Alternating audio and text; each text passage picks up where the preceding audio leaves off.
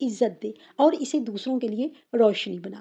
آج اس بچی کی ماں کو دیکھ کر مجھے لگا کہ ماں کی دعا قبول ہو رہی ہے۔ میں نے فیصلہ کیا کہ اپنی تنخواہ کا کچھ حصہ غریب بچوں کی تعلیم کے لیے دیا کروں گی۔ مرزا صاحب کے خیراتی ادارے کے ساتھ مل کر میں نے ایک چھوٹا سا فنڈ شروع کیا۔ اس فنڈ سے ہم نے کئی بچوں کی اسکول فیس ادا کی۔ ایک دن جب ہم اسکول میں بچوں کے لیے عید کی تقریب منا رہے تھے تو بچوں نے میرے لیے ایک چھوٹا سا کارڈ بنایا تھا۔ اس پر لکھا تھا، زینب آپا، آپ ہماری ہیرو ہیں۔